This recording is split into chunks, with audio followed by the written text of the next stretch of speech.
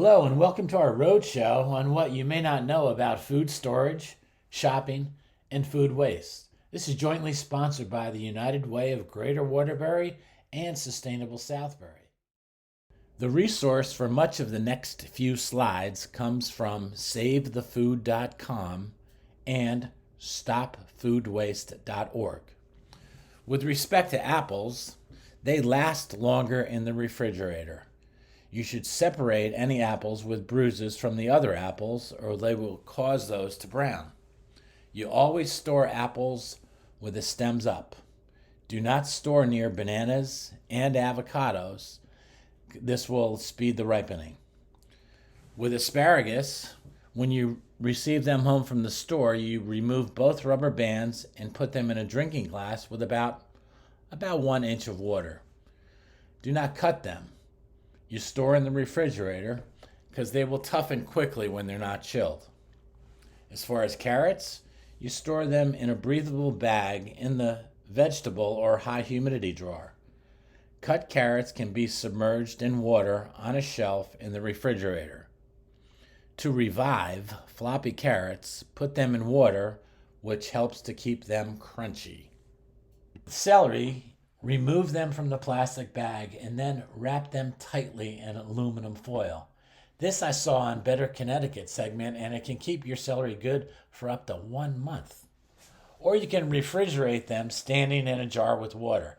As far as green beans, store them in the refrigerator, unwashed in a breathable bag, and eat within 3 to 5 days. As far as mushrooms, keep them in the original package or brown paper bag. Avoid plastic bags because a lack of airflow will speed the spoilage, and store in the lowest part of the refrigerator. With bananas, wrap with plastic wrap where the stems connect to each other to slow ripening. Do not store near the apples and other fruit. With avocados, store on the counter until ripe and refrigerate when ripe.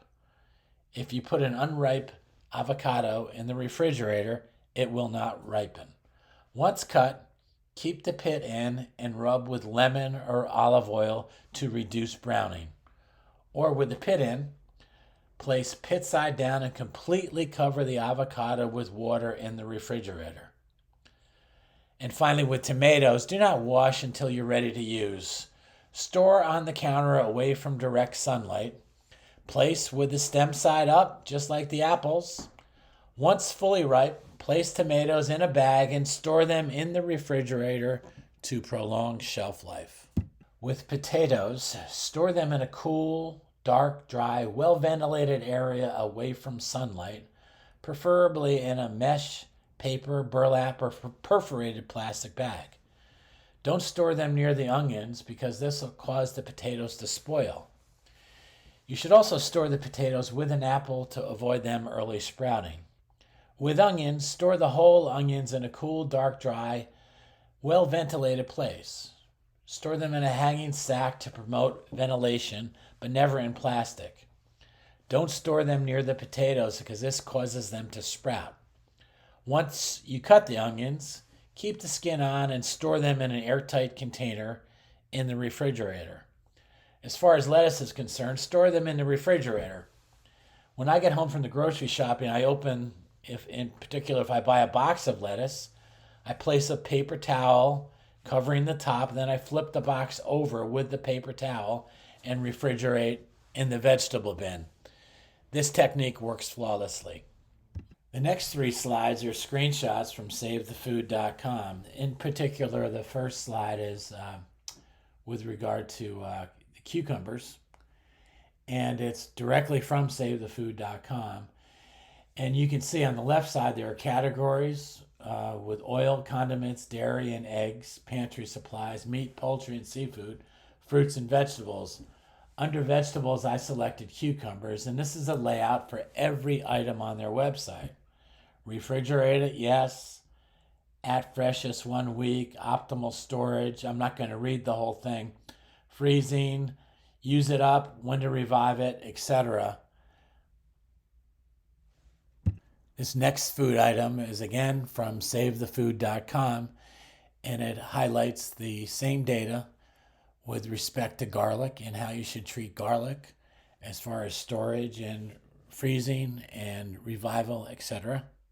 And finally, the last screenshot from SaveTheFood.com is with respect to citrus and lemons. These are just examples of what's out there on their website. Feel free to go out there and peruse or browse any food items you may think of. And Save the Food does have the details around those particular food items.